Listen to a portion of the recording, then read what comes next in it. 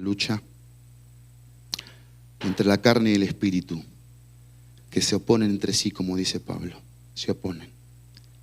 No hay relación entre la carne y el espíritu, entre el mundo y tú, Dios, entre las tinieblas y la luz, no la hay. Y queremos desde la luz invocar humildad, sensibilidad, temor a ti, obediencia a tu palabra. Toma el control, Dios, de cada alma, desde las más chiquititas hasta las más grandes. Y por favor, Dios, dobléganos, quebrántanos. Tú eres el alfarero, somos barro y no te vamos a decir por qué. Si tienes que hacernos de vuelta, Dios, por favor, no te tardes. Y toma el control de este tiempo con las Escrituras. En el nombre precioso de Jesús. Amén.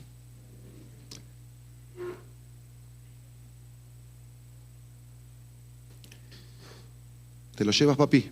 ¿Me lo abres desde allá?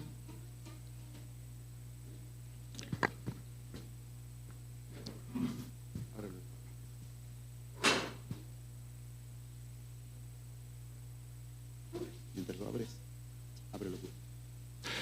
Efesios 6, te tengan sus Biblias allí abiertas en Efesios 6, 16 y 17. Dice así la palabra de Dios. Sobre todo, tomad el escudo de la fe. Espérenme tantito. Ahora sí.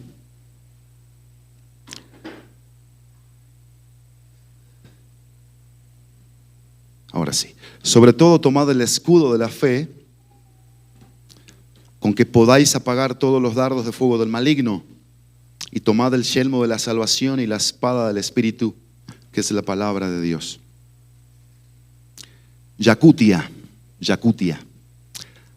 una ciudad, un pueblo de Siberia, donde las temperaturas bajan a menos 70 grados, Yakutia.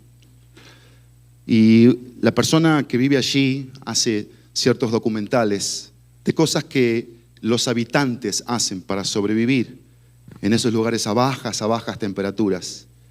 Y es interesante que lo primero que la persona dice para combatir el frío es la vestimenta que tú usas. Lo primero, no habla de la calefacción, porque evidentemente se congelan las calefacciones, todo es a leña, ¿sí? Imagínense las temperaturas menos 70. Bueno, no nos podemos imaginar. Creo que no sé cuántos hemos estado en lugares muy fríos, algunos menos 30, menos 40, pero menos 70. Quizás sales a la parada del camión, porque hay camiones, curiosamente, para ir a la escuela, hay prepa, hay universidad, kinder, guardería, todo, todo hay. Y no puedes estar expuesto 5 o 7 minutos al frío porque se te empieza a congelar la nariz. Pero quedó... Ah, sí, gracias.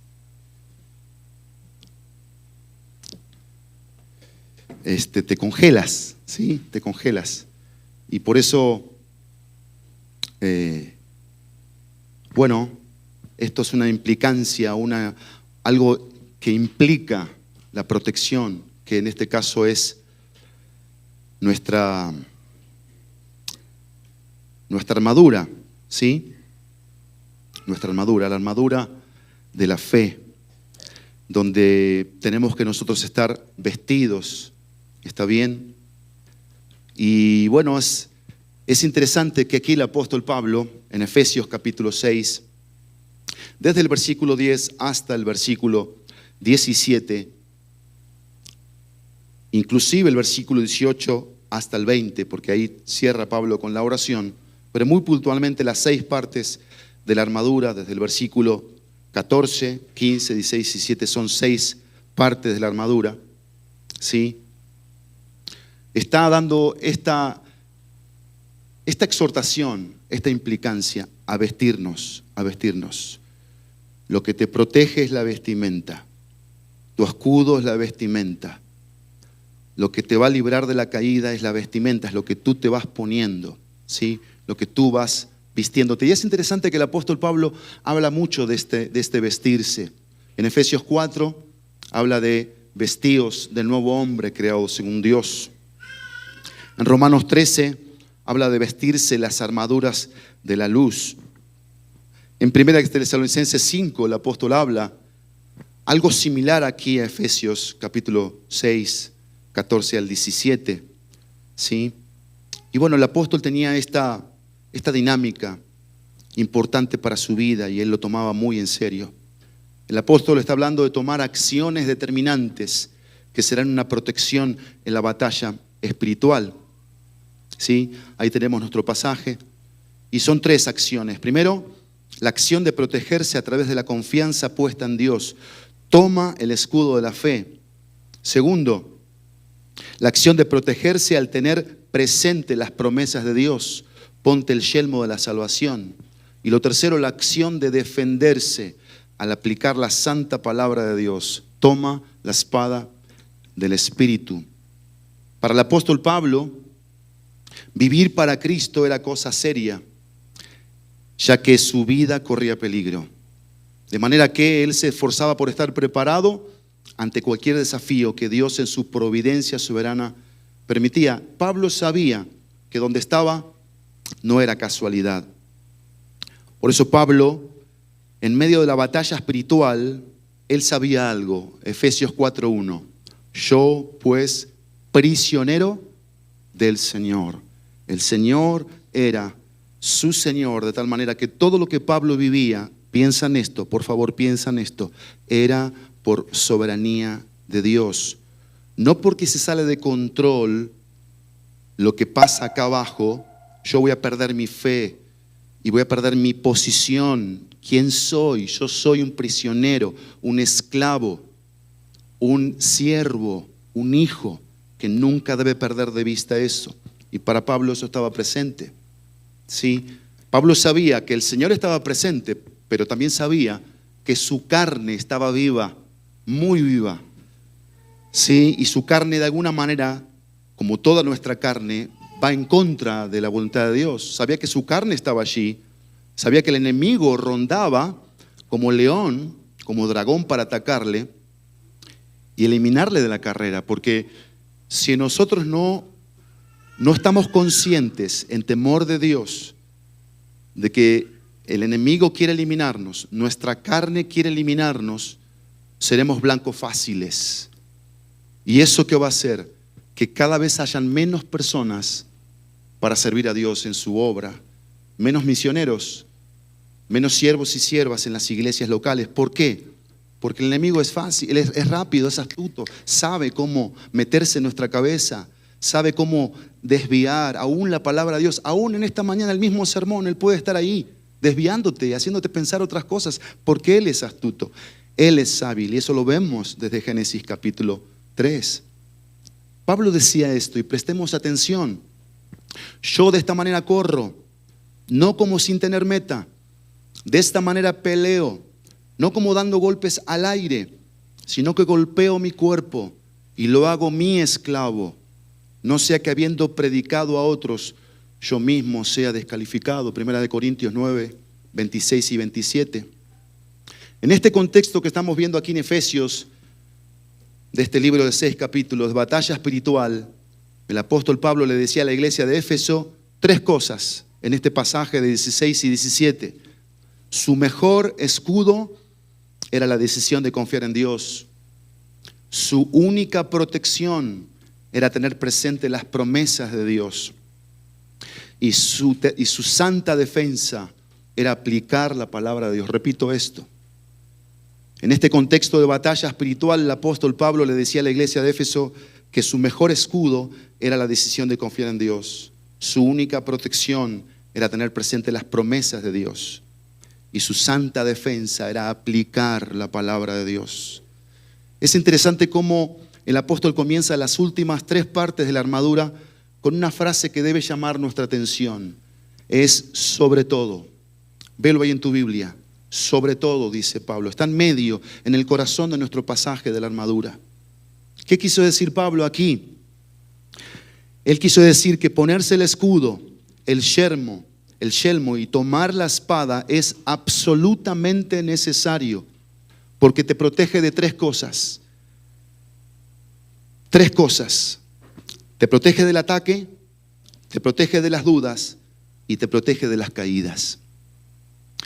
Todo creyente es atacado, y todo creyente que decide hacer la voluntad de Dios, todo creyente que decide hacer un compromiso con la santificación, con la pureza, con lo eterno, con lo piadoso, va a ser atacado por el enemigo.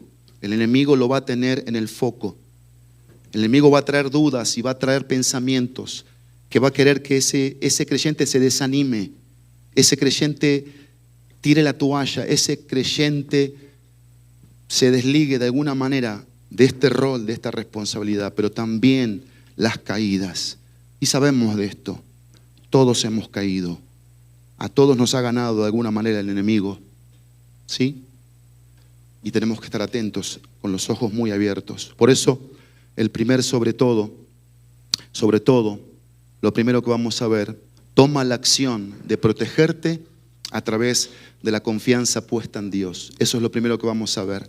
Dice el texto, tomad el escudo de la fe, con que podáis apagar todos los dardos de fuego del maligno. Mira, presta atención en tu Biblia, desde la primera palabrita hasta maligno. ¿Cuántas palabras hay allí? Cuéntenlas. En las 60. 13. Muy bien, 19 palabras.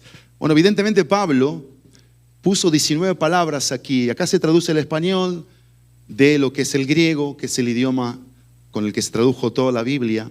Pero esto debe llamarnos la atención. Aquí hay un énfasis que el Espíritu Santo quiso dejarnos y tenemos que prestarle atención. Es donde más de alguna manera tenemos que trabajar juntos, en el escudo de la fe.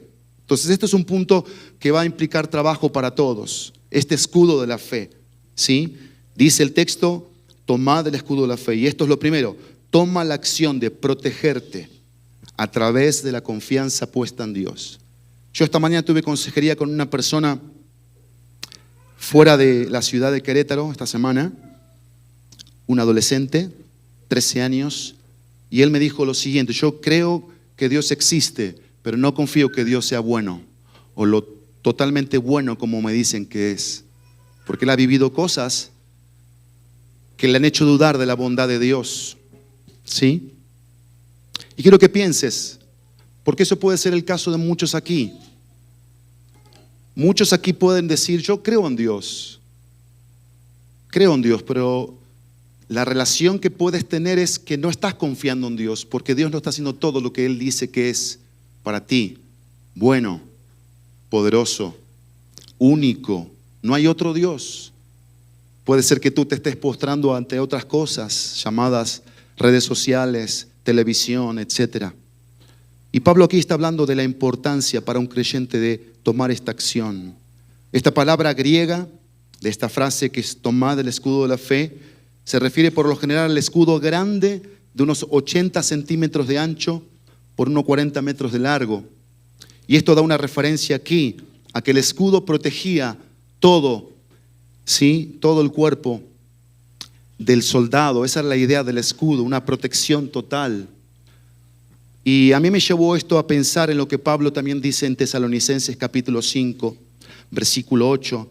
Abrevio el texto, pero Pablo dice así: habiéndonos vestido de la coraza de la fe y de amor, y con la esperanza de salvación como yelmo. Un autor dice de esa frase, de ese versículo acerca de la fe, dice lo siguiente: la fe es una protección esencial contra las tentaciones, porque es confianza en la promesa, el plan y la verdad de Dios. La creencia inamovible en la palabra de Dios es lo que nos protege de las flechas de las tentaciones. Ahora, en el aspecto negativo de la fe es la incredulidad. Y esto es lo que caracteriza todo pecado. Cada vez que un creyente peca es porque ha creído la mentira de Satanás. Lo repito, cada vez que un creyente peca es porque ha creído la mentira de Satanás. ¿Y a qué se refiere la fe de la que Pablo está hablando aquí? Bueno, Pablo se refiere a una confianza básica en Dios. Una confianza básica, básica. No estamos hablando de héroe de la fe. No estamos hablando de esos héroes de la fe que se fueron al campo misionero y que dejaron todo. Una confianza básica de relación aquí, día a día. ¿Sí? Pero no solamente una confianza básica, sino una confianza continua del creyente en las palabras y promesas de Dios. Esta confianza continua en Dios nos indica que como creyentes expuestos a las tentaciones de dudar de Dios, necesitamos tener en el radar de la fe algunas cosas que yo quiero mencionarte en esta mañana.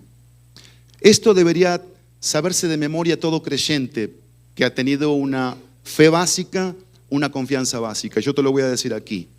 Esto yo no tuve que ir a un diccionario, no tuve que ir a un comentario bíblico. Esto es algo que como creyente tengo en mi radar de fe, de confianza. Número 1, la fe es un don de Dios por la que recibo la gracia de ser salvo, Efesios 2:8. La fe viene por el oír la palabra de Dios, Romanos 10:17. La fe es un medio de Dios para conocer su amor sacrificial por mí, Juan 3:16. La fe genuina produce sinceridad y le da firmeza al alma convertida, 1 Timoteo 1:5. La fe es la provisión para agradar a Dios, Hebreos 11:6. La fe me da la certeza de lo que espero y convicción de lo que no veo, Hebreos 11:1. La fe es la seguridad en medio de las tormentas, Mateo 8:26. La fe me lleva a experimentar el poder de Dios sobre lo imposible, Marcos 9:23. La fe me hace orar diciendo, creo, ayuda a mi incredulidad, Marcos 9:24. Y esto tiene que estar en el radar de nuestra fe. Si tú confías en Dios de forma básica y continua, esto debe ser parte de tu radar de fe. Por si no, ¿en qué estás confiando? ¿Saben lo fácil y lo rápido que confiamos en nosotros mismos? ¿Saben cómo el enemigo es tan sutil en ese sentido? Ahora, a mí me llama la atención algo que quiero llamar tu atención también en esta mañana. ¿En qué contexto Pablo está aquí hablando del escudo de la fe? ¿En qué contexto? Bueno, si tú vas al capítulo 5, versículo 21, dice 5:21 de Efesios, someteos unos a otros en el temor de Dios. Está hablando de una sumisión, una reverencia a Dios, los unos a los otros. Todos los creyentes sometidos al temor de Dios. Y ese es el contexto en el que Pablo está hablando del escudo de la fe. Lo que significa aquí es someterse a Dios, es ponerse el escudo de la fe. Y por eso dice aquí el versículo 21, los unos a los otros. ¿Qué significa esto? Cada creyente necesita el escudo de la fe. Pero no solamente cada creyente. Efesios 5, 22 al 33, los esposos y las esposas necesitan el escudo de la fe. Efesios 6, 1 al 3, los hijos y las hijas. Efesios 6, 5 al 8, los esclavos. Efesios 6, 4, los padres. Efesios 6, 9, los amos. ¿Ven aquí esto? Cada una de estas partes, ¿sí?, que involucra el cuerpo de Cristo, la familia de la fe, es fundamental que entendamos que sin temor de Dios no hay una confianza básica y continua en Él que nos lleva a tener una vida humilde que le obedece.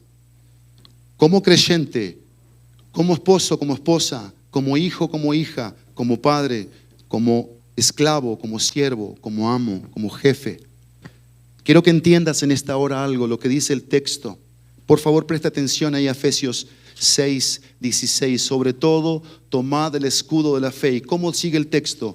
Con que podáis apagar todos los dardos de fuego del maligno.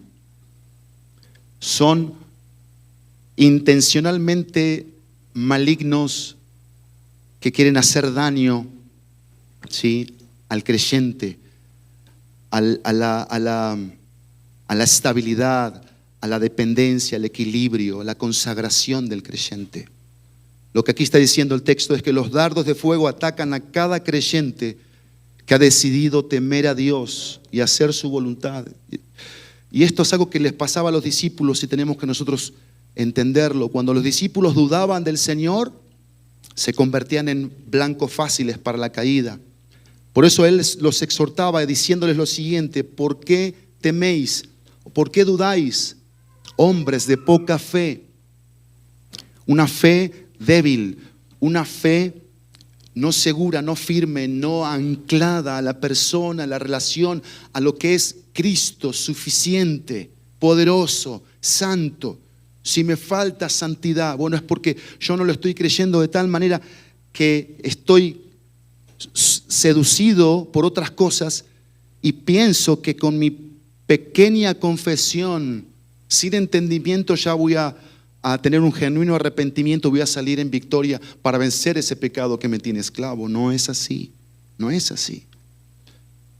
Tomar el escudo de la fe, familia, es confiar en Dios para obedecer y hacer por amor su voluntad. Vamos a ver 3 ejemplos. El primero es David, Salmo 37, 3 al 5. Confía en el Señor y haz el bien. Establécete en la tierra y mantente fiel. Deleítate en el Señor y Él te concederá los deseos de tu corazón. Encomienda al Señor tu camino, confía en Él y Él actuará. Veamos el ejemplo de Salomón hablándole a su hijo. Proverbios 3, 5 y 6. Confía en el Señor. Y vean esto, de todo tu corazón o de todo corazón. Y no te apoyes en tu propia inteligencia. Vean esto. Reconócelo en todos tus caminos y Él enderezará tus sendas. Aquí hay una marca interesante y es la totalidad de la confianza. Totalidad, todo el corazón. Y dice el texto, en todos tus caminos. No hay un área de mi vida que se debe escapar a la confianza puesta en Dios. Recuerden esto. Desde Génesis 3 hay un patrón que Dios nos quiso dejar ver y es el control que nosotros queremos tener de las cosas. Parte de la seducción del enemigo a Eva y a Adán fue que ellos querían tener el control de las situaciones. Por eso cedieron a la tentación. Por eso desobedecieron a la indicación de Dios. Un solo árbol. ¿Pero por qué? Porque querían tener control de todo. Confiar no es tener control. Quiero que entiendas en esta mañana. Confiar no es tener control. Confiar es abandono total y absoluto a lo que Dios es: sabiduría, poder, inteligencia. ¿Sí? Dice el texto de Jeremías capítulo 17: bendito el varón que confía en Jehová y cuya confianza es Jehová, porque será como un árbol plantado junto a las aguas, que junto a la corriente echará sus raíces y no verá cuando viene el calor, sino que su hoja estará verde y en el año de sequía no se fatigará ni dejará de dar fruto. Vean qué precioso aquí, qué preciosa el alma que confía en el Señor, qué precioso, porque hay fruto, no hay sequía. Así que sobre todo, vamos a lo segundo, sobre todo, toma la acción de estar protegido al tener presente las promesas de Dios. Toma el yelmo de la salvación. Toma la acción de estar protegido al tener presente las promesas de Dios. Y toma el yelmo de la salvación. ¿Qué era el yelmo? El yelmo se podía traducir como casco y protegía la cabeza, que siempre es un objetivo en el campo de batalla. Satanás busca destruir la seguridad de salvación de un creyente con sus armas de dudas y desánimo. Esto es claro en la referencia de Pablo que leíamos en Tesalonicenses, ¿se acuerdan? Capítulo 5, la esperanza de salvación como yelmo. De alguna manera lo que está diciendo allí Pablo es que mi esperanza en la promesa de Dios es una protección segura ante las dudas, ante el desánimo, ante mi propia persona, que muchas veces es la que más me desanima. Pero eso ahí es donde tenemos que entender. ¿Por qué? Porque la salvación no está sujeta a las obras de un creyente. Yo no necesito hacer nada para ser salvo. Soy salvo por la obra que Cristo hizo en la cruz. Esa obra de Cristo en la cruz produce obras de humildad, de dependencia, de obediencia, de temor a Dios, de compromiso, de pacto con Dios, de ser fiel, de ser lo que Él quiere que sea. ¿Sí? Y esto es algo que nosotros tenemos que tener presente. ¿Por qué?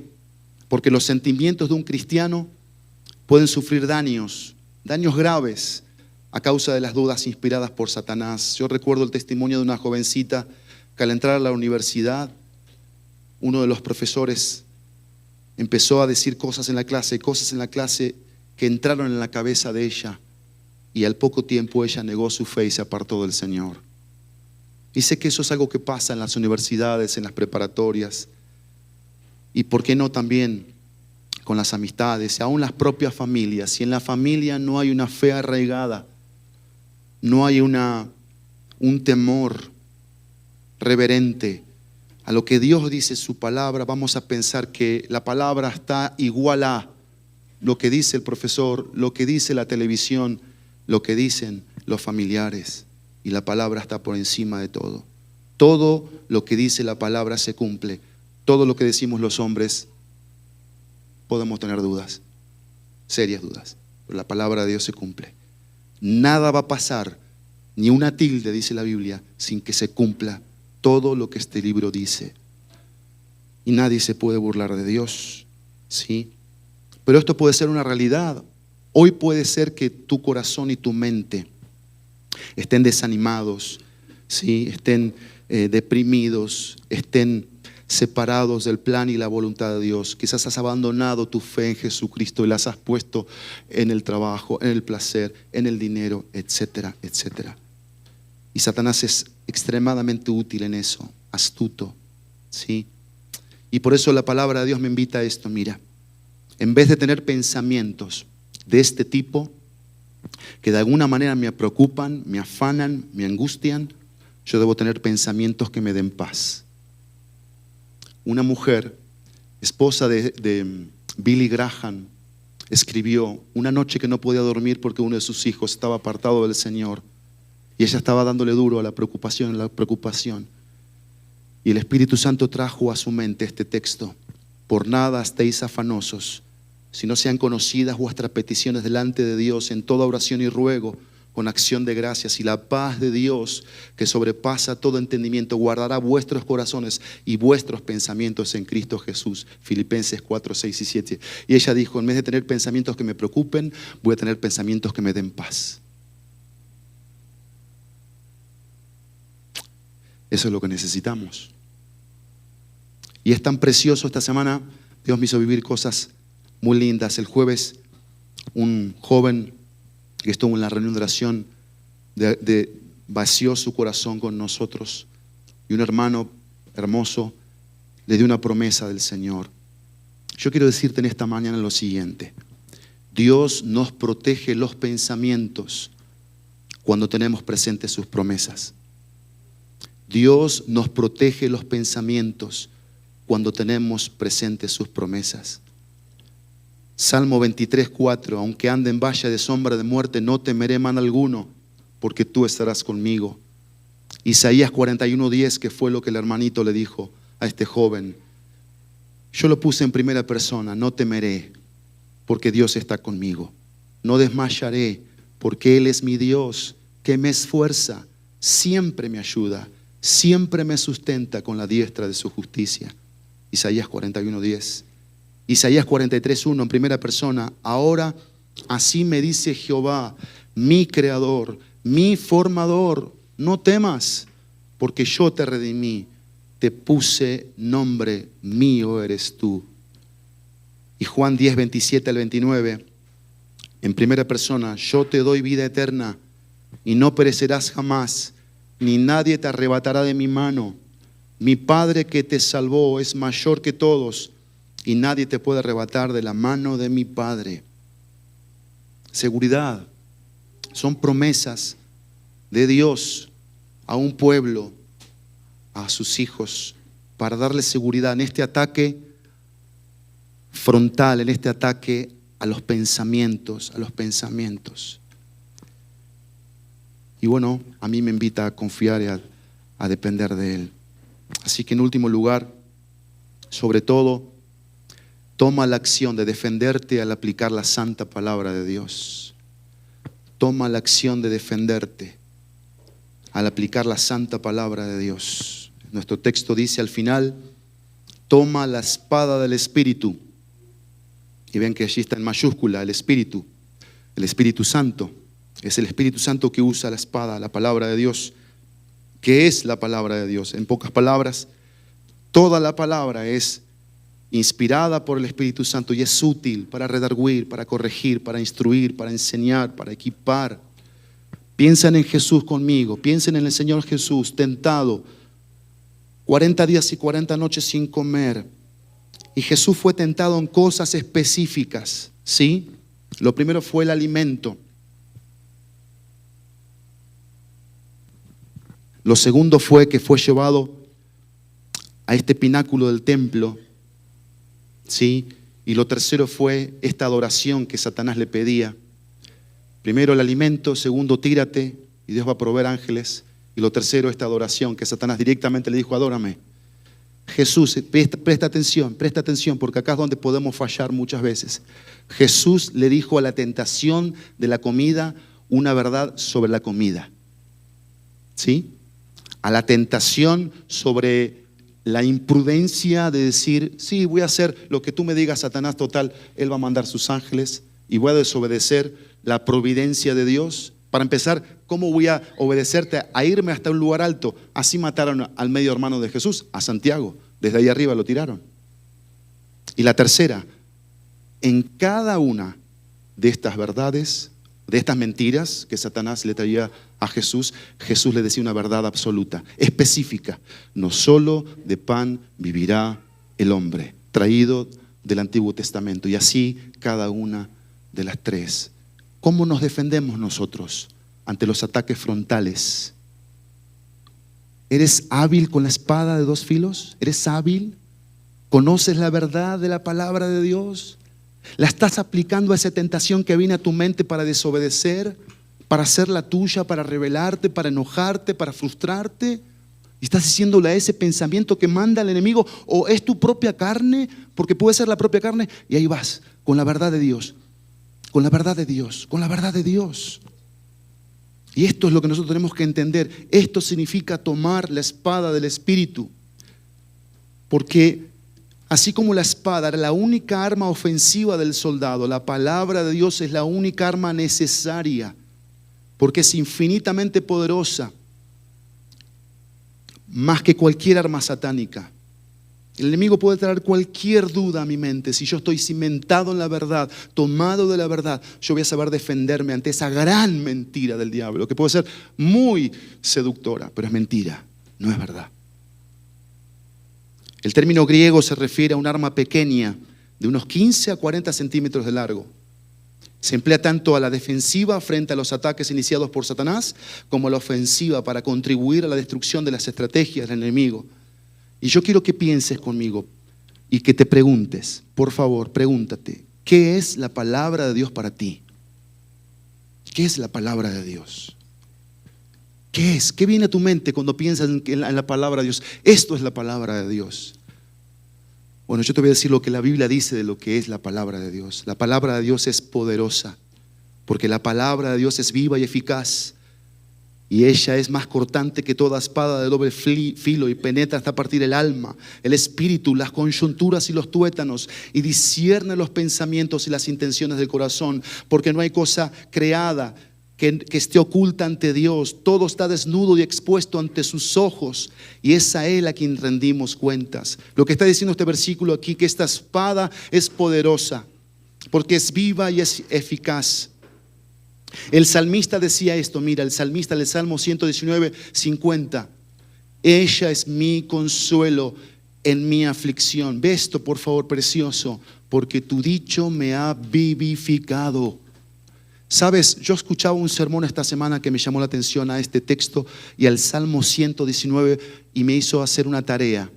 Las veces que en el Salmo 119 dice esto, que la Biblia es viva, da vida a almas muertas, almas secas. Y estas almas que eran, como dice Ezequiel, en el valle de los huesos secos, reconstruyó, le dio vida a esos huesos, puso un corazón de carne, sacó este corazón de piedra y le dio vida. ¿Para qué? Para tomar vida, cobrar vida, ir y que venga aquí la palabra. Es poderosa, es penetrante. Dice que es más cortante que toda espada de dos filos. La palabra de Dios hace ese corte de lo que es pecaminoso, de lo que es obscuro, de lo que es perverso, de lo que es depravado, y empieza a trabajar de tal manera que empieza a hacernos buenos, siendo malos, siendo puros, siendo impuros, siendo sinceros, siendo hipócritas, siendo verdaderos, siendo mentirosos. Eso es la espada penetrante. Es pertinente. Dice que discierne los pensamientos y las intenciones del corazón. Y ahí vamos nosotros a la palabra. Y la palabra es el espejo. Nos dice, estás sintiendo así, pero eso dice la Biblia que es incorrecto. Y por amor, como veíamos en Tesalonicenses 5, porque dice que es un yelmo de fe y de amor allí. El amor es parte de la obediencia. Recuerden que Jesús dijo, el que me ama, mi palabra guardará. O sea que la fe que produce obediencia es la base del amor, porque fui amado. Es poderosa, es penetrante, es pertinente. Cuarto, es intachable. Salmo 18:30. En cuanto a Dios perfecto su camino, acrisolada la palabra de Jehová. Vean qué precioso aquí. Escudo es a todos los que en él esperan. Es un escudo porque es pura, es santa, es lo perfectamente verdadero. No hay otro aspecto de verdad ante la palabra de Dios. Y por eso es un escudo ante la mente, ante el corazón, ante los ojos, ante los oídos. Proverbios 35. Toda palabra de Dios es limpia, intachable. Él es escudo a los que en él esperan. Es suficiente, poderosa, penetrante, pertinente, intachable, suficiente. Salmo 19, 7 al 10. Suficiente, ¿por qué? Porque la ley de Jehová es perfecta, que convierte el alma. El testimonio de Jehová es fiel, que hace sabio al sencillo. Los mandamientos de Jehová son rectos, que alegran el corazón. El precepto de Jehová es puro, que alumbra los ojos. El temor de Jehová es limpio, que permanece para siempre. Los juicios de Jehová son verdad, todos justos. Deseables son más que el oro y más que mucho oro afinado, y dulces más que miel y que la que destila del panal. Es suficiente. La Biblia es suficiente. Y entendemos esto porque lo estamos haciendo aquí. Es la palabra de Dios la que va a hacer lo que en último lugar digo que es. Digo que es poderosa, penetrante, pertinente, intachable, suficiente, es santificadora. Hazlos santos con tu verdad. Enséñales tu palabra, la cual es verdad. Juan 17, 17. Acompáñenme rápido, por favor. Acompáñenme a 1 de Juan 1, 8 y 9.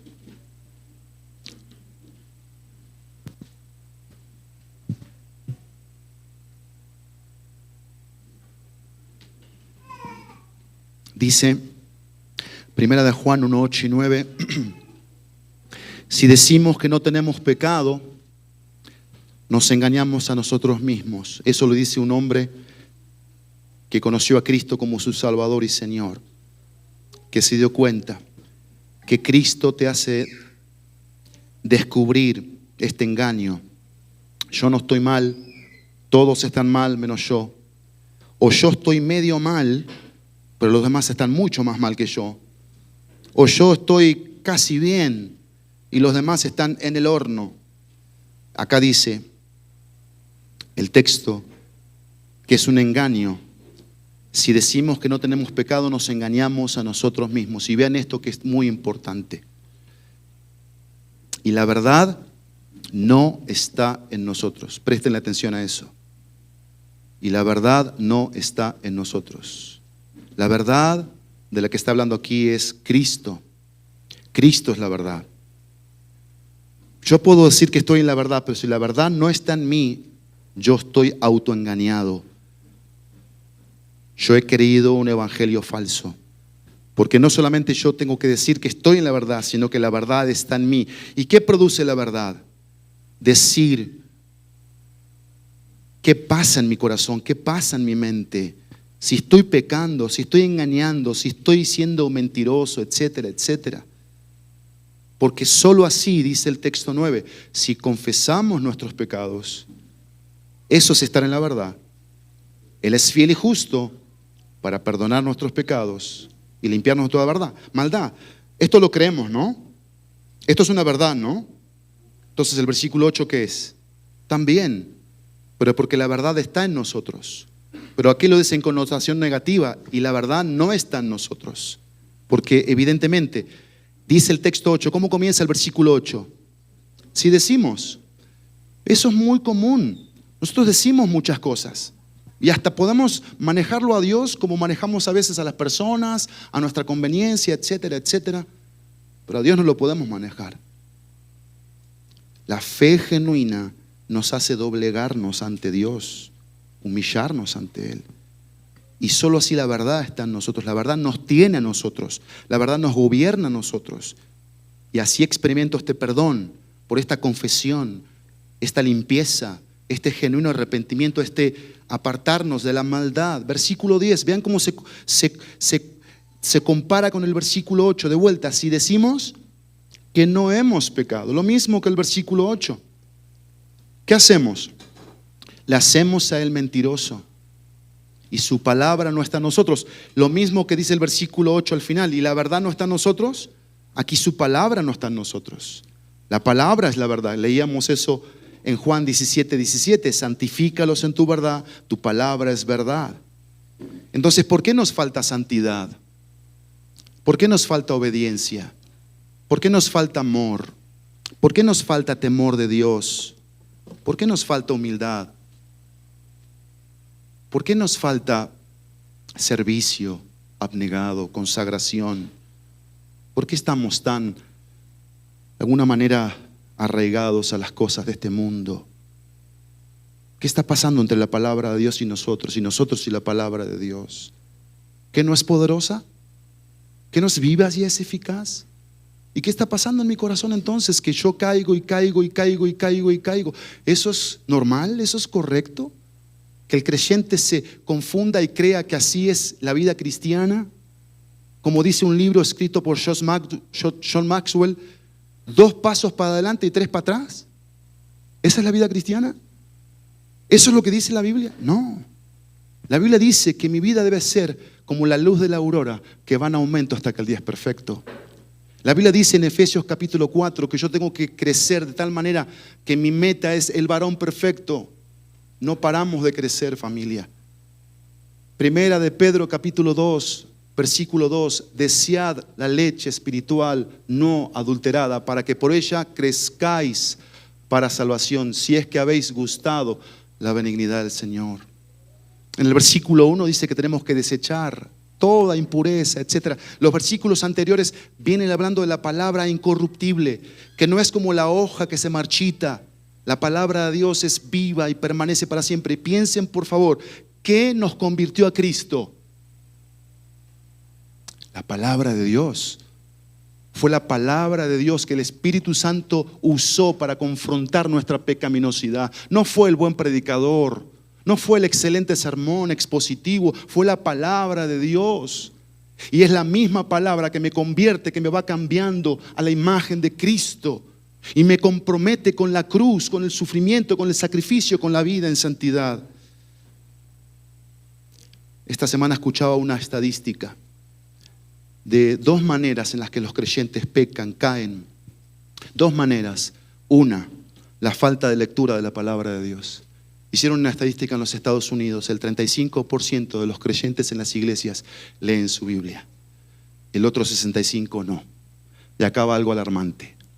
En esa estadística de los 65% habían pastores. Pastores que no leen su Biblia. Pero ¿sabes lo segundo? La falta de rendición de cuentas. La falta de rendición de cuentas. Porque eso es otra de las mentiras que Satanás ha metido en la cabeza de muchos. Yo no necesito congregarme. Yo no necesito venir a un estudio bíblico. Yo no necesito discipularme, consejería bíblica. No, mi matrimonio está de lujo. Mi cristianismo está pum para arriba. Bueno, escuchemos, familia, escuchemos. Necesito hacer un compromiso serio con la palabra de Dios. ¿Por qué? Porque la Biblia me da seriedad a mí. Yo era un payaso en la vida, un payaso, un ridículo, un tonto, un necio. Un simple, como dice Proverbios, un simple, que fácilmente me dejaba llevar. Pero la palabra de Dios trajo seriedad, prudencia, juicio. Trajo temor. Yo quiero presentarte un círculo virtuoso aquí. Yo después se los voy a pasar por escrito. Necesito hacer un compromiso serio con la palabra de Dios a través del círculo virtuoso. Número 1, necesito conocer al Dios de la palabra. Si yo conozco al Dios de la palabra, me llevará a confiar en el suficiente Dios de la palabra. Esta confianza en el suficiente Dios de la palabra producirá moldearme al Dios de la palabra. Y esto me influenciará para compartir al Dios de la palabra. Y así nuevamente necesitaré conocer al Dios de la palabra. Confiar en el suficiente Dios de la palabra. Moldearme y así compartir. Es un círculo virtuoso que todos tenemos que tener presentes en nuestras vidas. Así que vamos a terminar, familia. Vamos a orar para aplicarlo a nuestras vidas, la palabra de Dios. Número 1, léelo conmigo, por favor. Que la Biblia produzca la convicción de pensar a través de ella y no de mí. No es necesario ni sabio decir todo lo que pienso. Mejor orar por ese pensamiento. ¿Te dice algo esto? ¿Me dice algo esto? ¿No nos pasa muchas veces que queremos tener nosotros la palabra? Quiero hacerte un desafío. Que tomes estos textos que vamos a poner aquí y los trabajes individualmente en tu matrimonio y con tu familia. No es necesario decir todo lo que pienso. No es necesario. Alguien decía sabiamente, mejor voy a orar por eso. Mejor ponte a orar. Más oración, más piedad, más humildad. Segundo, conmigo, que mi actitud después de que la Biblia venga a mí sea la de un siervo. Necesito aprender que servir a Dios es un fruto de mi obediencia, de ser santo y sacrificado. Ahí está el pasaje. Y se los pongo en la versión que se los pongo para que lo vean en esa versión. Voy a decir algo chistoso que esta semana viví y me llamó la atención y vale la pena. Es chistoso. Un hermanito que quiero mucho dijo el día jueves que bueno, Dios hizo un milagro y damos gloria a Dios por eso. Y dijo algo que a mí me llamó la atención. Los invito a una carne asada que ustedes van a pagar. Nos hizo reír a todos. Los invito a una carne asada que ustedes van a pagar. Bueno, ¿qué creen? Culturalmente eso es así. Yo quiero que todos hagan, yo dirijo, yo estoy al frente, pero no estoy dispuesto a hacerlo yo como un sacrificio vivo, santo, obediente. ¿Y qué pasa si otros no me ayudan? ¿Qué pasa si no encuentro ayuda de otros? Si tengo que hacerlo solo. Como Sofía Müller, misionera de 18 años que se fue a la selva del Ecuador, solita, 18 años, a la selva, sola. Y ahí estuvo toda su vida, sola. No envió nadie de Dios a estar con ella, sola. Y ahí estuvo toda su vida sirviendo al Señor hasta que se murió. Tradujo al dialecto de esa selva varias versiones de la Biblia. ¿Qué pasa si tengo que hacer las cosas yo solo? Leíamos en el contexto de Efesios 6 de los esclavos. Yo te pregunto, ¿el esclavo dirige? ¿El esclavo es el que sale a relucirse? Acá estoy, véanme. Lo líder, lo capaz. En absoluto. En absoluto. Tenemos que generar esta mentalidad de siervos, bíblicamente hablando. Un siervo es humilde, es abnegado, renuncia. No quiere tener posesión, no quiere tener poder, no quiere tener plataforma. No quiere eso. No quiere porque sabe que eso le hace mal. Eso es malo de alguna manera. El enemigo lo puede usar. Claro que sí. Y por si las dudas, como dijo un amigo una vez, voy a aclarar algo. Entonces mejor no. Que lo haga siempre él. Qué mentalidad, ¿no? Que podemos tener. No, mejor yo me quedo en mi banquita. Yo no cambio, yo sigo igual.